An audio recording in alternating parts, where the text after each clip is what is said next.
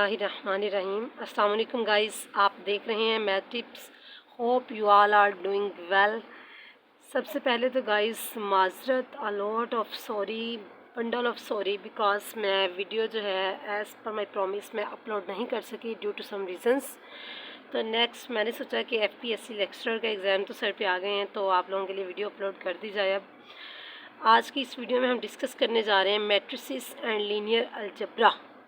इसके जो most important most repeated MCQs जो कि लास्ट कुछ पास पेपर्स में रिपीट हुए हैं वो डिस्कस करेंगे हम लोग। चलते हैं क्वेश्चन नंबर 1 की तरफ। क्वेश्चन नंबर 1 है हमारे पास A+B इंटू A-B। यहाँ पे बात हो रही है मैट्रिसेस की कि if A and B are two matrices A+B into A-B is equal to A² minus B² if and only if. आपको कुछ ऑप्शंस दिए जाएंगे। अगर देखें इसे मैट्रिसेस को मल्टीप्लाई करें तो ये हमारे पास कुछ ये सिचुएशन होगी। ए को ए से करें A² plus minus minus AB plus BA plus minus minus B²। यहाँ पे आपने ये बात देखनी है कि इन मैट्रिसेस जनरल जो है AB is not equal to BA। Matrices में कम्यूटेटिव लॉ होल्ड नहीं करता, तो इसे हम लोग कट नहीं कर सकते। उन्होंने कहा है कि कब ये A² माइनस B² के इक्वल होगा, इफ़ एंड ओनली इफ़ 4 इसमें ऑप्शंस गिवन होंगे। तो इसका जो मोस्ट सूटेबल जिसका आंसर अगर AB is equal to BA, अगर ये कंडीशन फुलफिल करे AB BA के इक्वल हो जाए तो हम लोग BA की जगह AB पुट करेंगे plus AB minus AB cut, तो ये A² माइनस B² के इक्वल हो जाएगा। अदरवाइज जो है ये ऑप्शन फिर नहीं, मतलब ये सूटेबल नहीं है। फिर A+B into A-B is equal to A² minus B² if and only if AB is equal to BA। Next question number 2 है हमारे पास if A and B are symmetric matrices of size n/n। ठीक है कि अगर ये हमारे पास स्केयर मैट्रिसेस हैं A और B, दो सिमेट्रिक भी हैं, देन इनमें से कौन सा पॉसिबल ऑप्शन जो है वो इसका ट्रू आंसर हो सकता है। A का ट्रांसपोज 1 हो, A is equal to A inverse हो, AB is equal to BA या AB का whole transpose is equal to BA। तो इसका करेक्ट ऑप्शन है D। किस तरह से, ये मैं आपको यहाँ पे सॉल्व कर देती हूँ कि AB का होल ट्रांसपोज अगर BA के इक्वल हो, ये किस तरह से होगा अगर ये दोनों सिमेट्रिक हैं। अगर हम लोग ले लेते हैं यहाँ पे AB का whole transpose according to transpose के रूल, हम लोग अगर ये ब्रैकेट ट्रांसपोज खोलें तो ये इक्वल होगा B ट्रांसपोज A ट्रांसपोज के, कि बैक से इसे खोला जाए B। और अगर कोई मैट्रिक्स सिमेट्रिक है, A मैट्रिक्स सिमेट्रिक है इसका मतलब A के ट्रांसपोज के इक्वल है, B सिमेट्रिक है तो इसका मतलब है B के ट्रांसपोज के इक्वल है। या B ट्रांसपोज की जगह मैं B पुट कर दूँ और A ट्रांसपोज की जगह A पुट कर दिया जाए तो ये हमारे पास हो जाएगा AB का whole transpose is equal to BA। तो ये हमारे पास क्वेश्चन नंबर 2 का ऑप्शन नंबर D ठीक होगा। चलते हैं क्वेश्चन नंबर 3 की तरफ।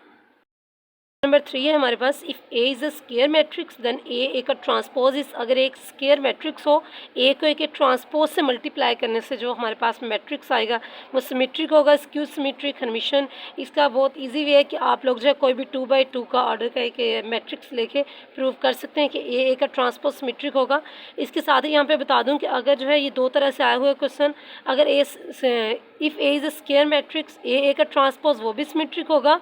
अगर यहाँ पे आ जाते if A is a square matrix then A transpose A दिया जाए, मीन इस तरह से A ट्रांसपोज A, तो ये भी सिमेट्रिक ही होगा।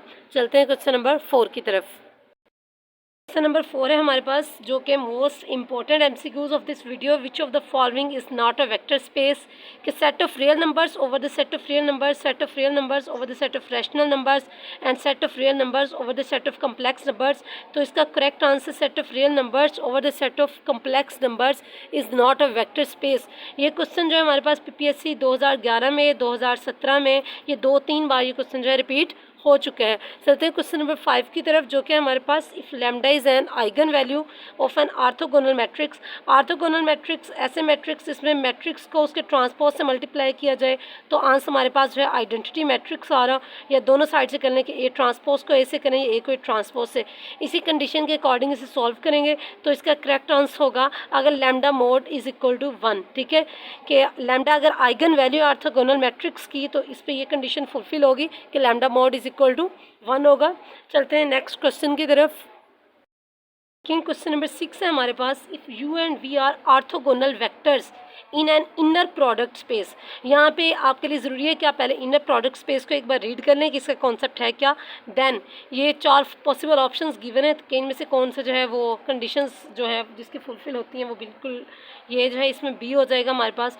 u प्लस वी नॉर्म का whole square is equal to u norm का whole square plus v norm का होल स्क्वायर। अगर u और v इनर प्रोडक्ट स्पेस हैं, वेक्टर्स हैं, ऑर्थोगोनल वेक्टर्स हैं इनर प्रोडक्ट स्पेस के अंदर, तो ये कंडीशन फुलफिल होगी। किस तरह से, ये मैं आपको यहाँ पे सॉल्व भी कर देती हूँ कि u प्लस वी नॉर्म का होल स्क्वायर इस तरह से लगा लें। u प्लस वी नॉर्म का होल स्क्वायर है तो it's mean u plus v और u प्लस वी इनका लिया जाएगा इनर प्रोडक्ट के ये दोनों आपस में मल्टीप्लाई हो रहे हैं। अगर इसका स्क्वायर है तो आप इसे सॉल्व कर लेंगे कि u प्लस वी नॉर्म को ये इनर जो आप इनर प्रोडक्ट की प्रॉपर्टीज़ लगाते हुए कि u को u से मल्टीप्लाई कर देंगे जो, और u को इसी तरह से एक बार v से मल्टीप्लाई कर देंगे और फिर हम लोग कर देंगे v को u से मल्टीप्लाई करेंगे and in the end v को v से मल्टीप्लाई कर दिया जाएगा इनर प्रोडक्ट के अकॉर्डिंग। ये हमारे पास है यहाँ पे क्वेश्चन में u and v are orthogonal vectors.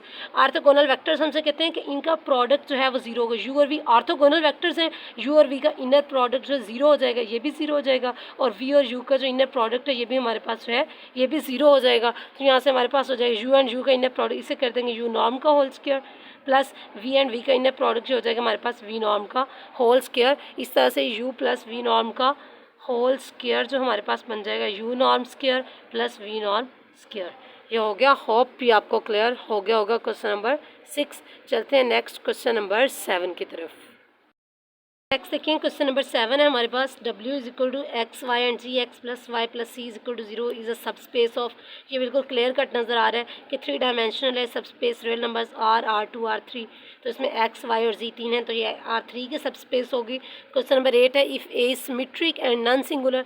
अगर a हमारे पास मैट्रिक्स है, सिमेट्रिक भी है मीन a का ट्रांसपोज a के इक्वल है, और ए जो है नॉन सिंगुलर भी है मीन इसका इन्वर्स एग्जिस्ट कर रहा है, तो इन चारों में से कौन सा पॉसिबल ऑप्शन जो ठीक होगा इसका होगा ए इन्वर्स, वो भी सिमेट्रिक होगा। अगर ए सिमेट्रिक भी है और नॉन सिंगुलर भी है तो।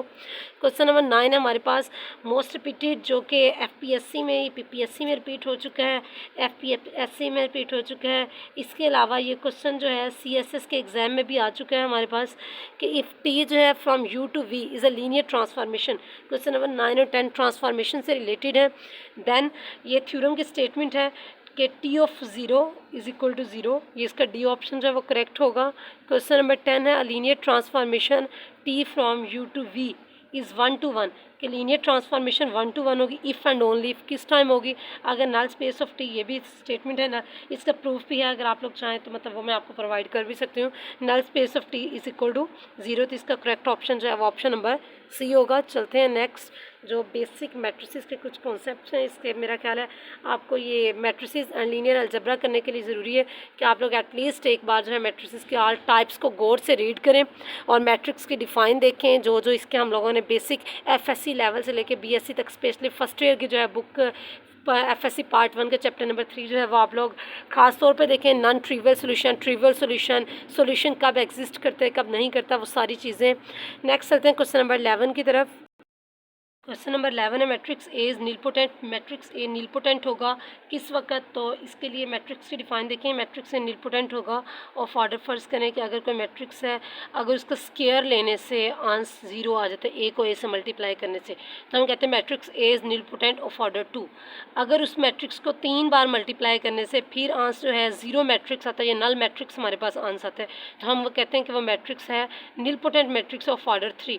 तो इस लिहाज से इसका सूटेबल आंसर देखें, ए की power n is not equal to 0, A की power n is equal to 0 for all n। यहाँ पे ए की power n is equal to 0 for some n, for all n नहीं करेंगे कि ऑल n के लिए ए की पावर n जो है 0 नहीं होता। यहाँ पे आएगा ए की power n is equal to 0 for some n की किसी पावर के लिए, मतलब जो है ए की कोई पावर n हो और वहाँ पे जो है 0 मैट्रिक्स हमारे पास बन जाए, तो ये हो जाएगा वो मैट्रिक्स है वो नीलपोटेंट मैट्रिक्स कहलाएगा। इसी तरह से question number 12 a unit matrix of order n has rank.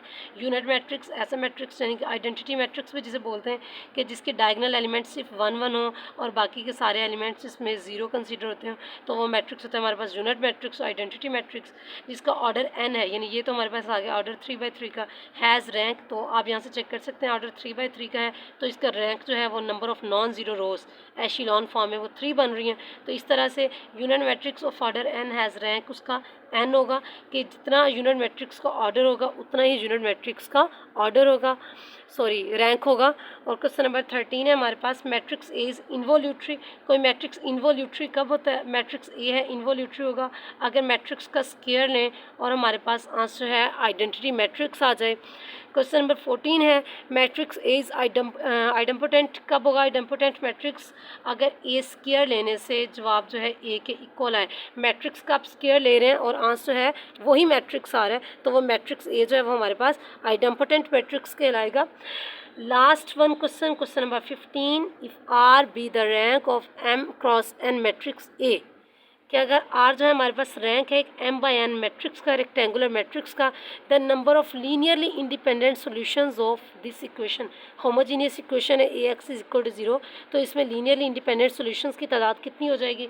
तो यहाँ पे आपने ये देख लेना है कि नंबर ऑफ कॉलम्स इसमें हमारे पास n, ये नंबर ऑफ रोज है, तो लीनियरली इंडिपेंडेंट सॉल्यूशंस की तादाद आप फाइंड कर सकेंगे। n में से माइनस कर देंगे आप जिस मैट्रिक्स का रैंक होगा n माइनस आर, ये इसका आंसर होगा। आपको ऑप्शन दिए जा सकते हैं, n होगा, m होगा, r होगा, या कुछ भी m plus n, n plus r, तो इसका जो करेक्ट आंसर यही बनेगा।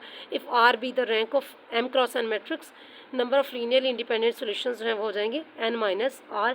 होप सो आपके क्वेश्चंस क्लियर हो गए होंगे। आई थिंक मैंने जो मैट्रिसेस से रिलेटेड या लीनियर अलजेब्रा के जो इंपॉर्टेंट क्वेश्चंस हैं वो क्लियर कर दिए हैं। वैसे इस पोर्शन में से को मतलब कम ही हिट किया जाता है, जो पब्लिक सर्विस कमीशन के जितने भी एग्ज़ाम्स हैं ज़्यादातर किया जाता है मॉडर्न अलजेब्रा को हिट।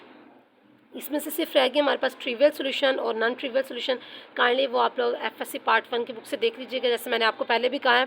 इंशाल्लाह कल की वीडियो में हम लोग डिस्कस करेंगे मॉडर्न अलजेब्रा यानी ग्रुप थ्योरी के इंपॉर्टेंट क्वेश्चंस। तब तक के लिए stay tuned with math tips. मिलते हैं नेक्स्ट वीडियो में। अल्लाह हाफिज़।